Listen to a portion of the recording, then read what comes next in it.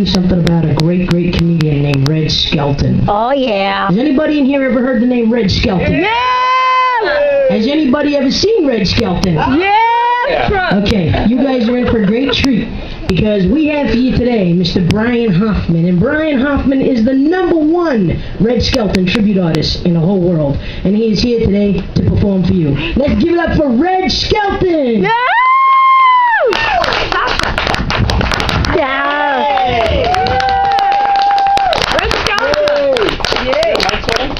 Okay, good. Thanks. No, you can keep applauding. Go ahead. I like that. Nice. Oh, it's for you.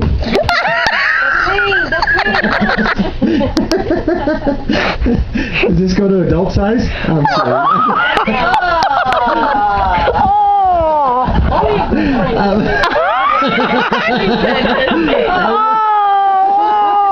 Oh, Jesus. Little Jay, give it up, boy. Bless you. Yeah. I like to tease her a little bit because I can outrun her. Oh! Come on now. No, Not bad. You got short legs like me. That's true. But yeah, no, we're glad to have you out. Thank you for the nice round of applause. It's nice. Yeah, it's nice to get applause without doing anything. That's probably the most I'll get, so I'll be smart and say good night. That's it. No, I played a nightclub one time. I came out on stage, only one feller applauded, so I figured I'd go out the audience to thank him. Yeah, it turned out to be a waiter trying to get ketchup out of a bottle.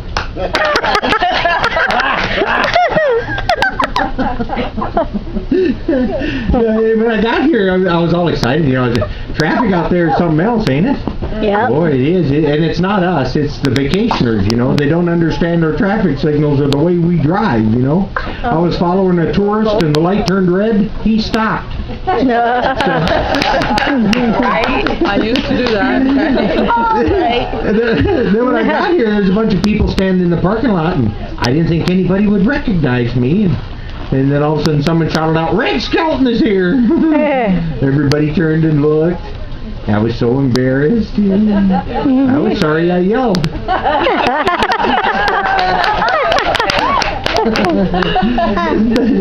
But we're going to have a lot of fun. I like to have fun, no matter where I go. It gets me in a little bit of trouble once in a while. But what I would like to do for you folks now, one of the characters that I did back in the day was Gertrude and Heathcliff. Oh, yeah. Yeah. They were two seagulls. Remember them?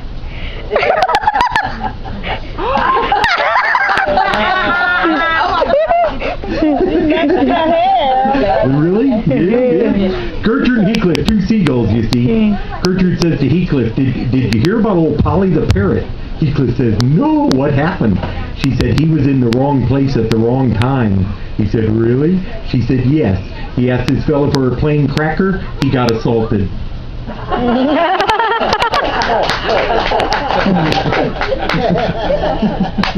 Here's another one. They're flying, you see, and this big jet airplane goes whizzing by.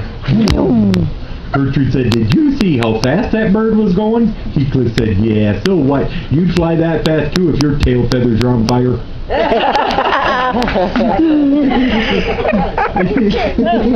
Here's one more. They're talking, you see, and Gertrude said to Heathcliff, you're always worrying. He says, I know. She says, what are you worried about now? He says, I'm worried about Willie the whale. She says, why on earth are you worried about Willie the whale? He said, he fell in love with a submarine. Yeah, so now every time it fires a torpedo, he thinks he has to pay child support.